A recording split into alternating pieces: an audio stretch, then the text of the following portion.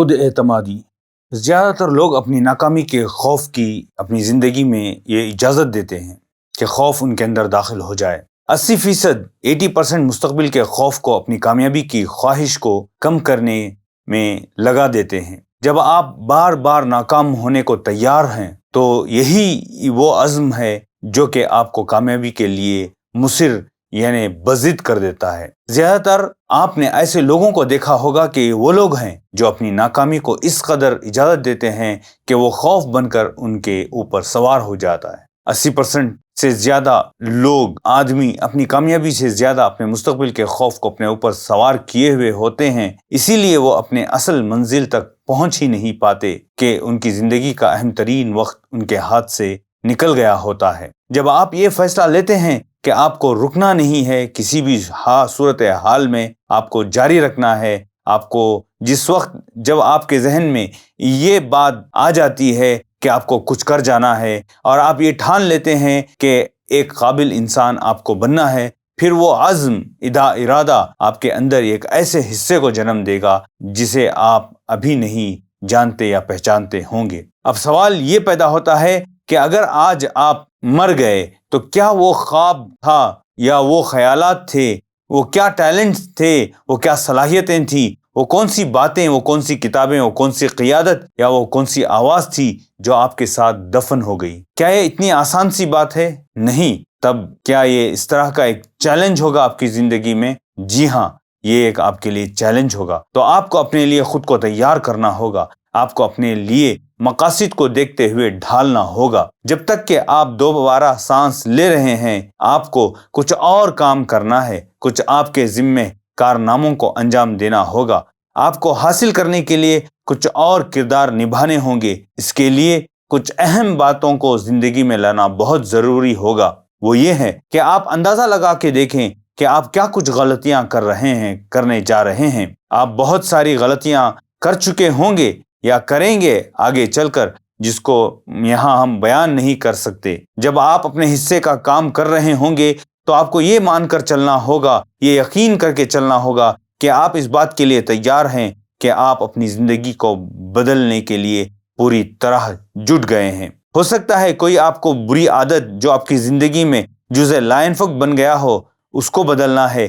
کسی وہ ایسے لت والے حالات سے یا رشتوں سے آپ کو نکلنا ہوگا، یا نہیں تو آپ کو ایک خواب بنانے کے لیے اپنی زندگی میں جٹ جانا ہوگا، یا تو ہمارے معاشرے کا ایک بہترین سمت میں لے جانے کا معاملہ ہوگا۔ یہ مشکل معاملہ دکھائی دیتا ہے، مگر عزم ارادے کے آگے اس کی کوئی حیثیت کچھ نہیں ہے۔ بہت سے لوگوں کو دیکھیں گے کہ وہ ناکامی کی وجہ سے رک سے گئے ہیں، انہوں نے یقین کرنا چھوڑ دیا ہے، جبکہ یہ وہی وقت تھا کہ انہیں اپنے حصے کی محنت اور کام کو دگنا کر کے کامیابی کو اپنے حق میں کرنا تھا۔